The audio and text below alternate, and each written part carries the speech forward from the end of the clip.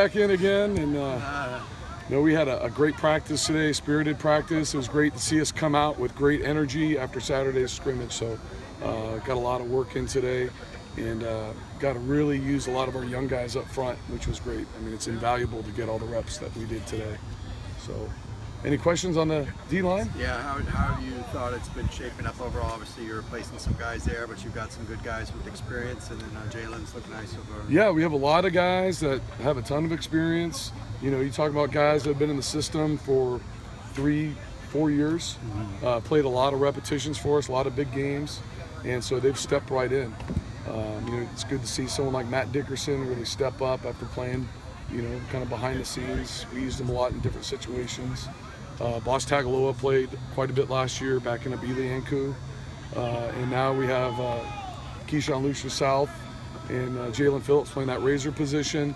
We could also use Jacob Tuyoda Mariner at that position too. So a lot of good depth. Rick Wade stepped up, played well. So Rick Wade seems like he's been one of the best, made some of the best plays. He's coming really along. Yeah, he's playing very physical, good technique, great energy.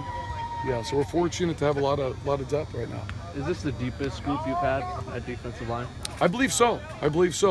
Yeah, right now, currently, we're rolling 3 deep for spring ball, which is quite a bit. I remember my first year doing defensive line. I think week 3 we didn't have any 2s. Kind of ran out of bodies, but yeah, it's awesome to see the development and growth of the players and to have the depth and to have confidence in anybody in our lineup to get in there and compete and play. With that depth, do you expect, you know, the incomers, you know, the Martin Andrews or Greg Rogers or guys that redshirted last year to factor in to playing time? For sure, yeah. I mean, we like to play as many defensive linemen as we can. I mean, if we can roll 8, 9, 10 guys a game, that's a huge benefit for us, especially against up-tempo offenses that we face. Keep guys fresh. And, you know, I'm expecting the guys, the freshmen to come in and compete right away also. And, you know, we don't talk about redshirt till the end of the year. So I want to see those guys come in and compete, and as well as the guys that are returning. Are you targeting somebody to kind of take that role that Tack did of the playmaker? I mean, obviously you want everybody to make plays, but like... Right, so I mean, we have a position, a defensive end position that's kind of a hybrid position. And we have a variety of guys that are playing it now.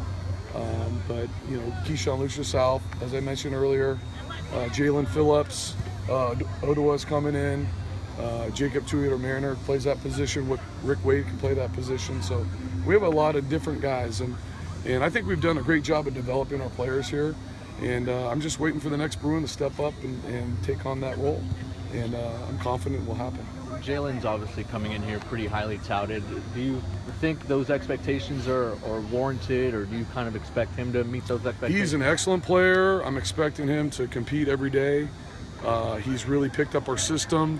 I can really tell the difference between week 1 to week 2. He's just gotten twice as fast.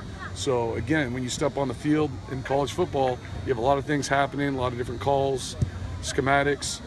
So he's really picked it up, and again, he's playing really fast right now. So I think the more he plays, the more confident he's going to be. What's it like to have Ainu back with the group full time? It's fun. Ainu brings a lot of energy, very versatile player.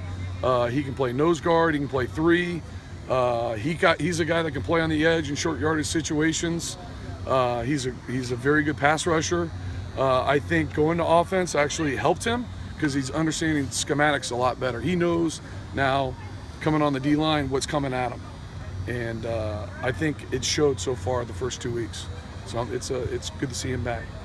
You lose 3 starters on the defensive line, but you mentioned that you have so much depth. So at the end of last season, did you look at kind of those 3 starters, and were you disappointed that you had to lose them all, or were you Well, excited no, I'm that you had happy so for many those guys. Those guys were big-time players for us. Excited about the NFL draft coming next week. That's going to be a lot of fun. I'm actually going to go back to Philadelphia with Coach Mora to watch Tack get drafted, so we're excited about that. But no, I mean, you talk about Jacob. He had over 500 reps last year in a game. Matt Dickerson was 550. Boss Tagaloa was over 300 reps. So you've got Rick Wade was over 300. In fact, he was closer to 400. So that's a lot of the experience those guys have. So now, obviously, their role is going to be a little bit different. They're more in the leadership role, and they've done a great job so far.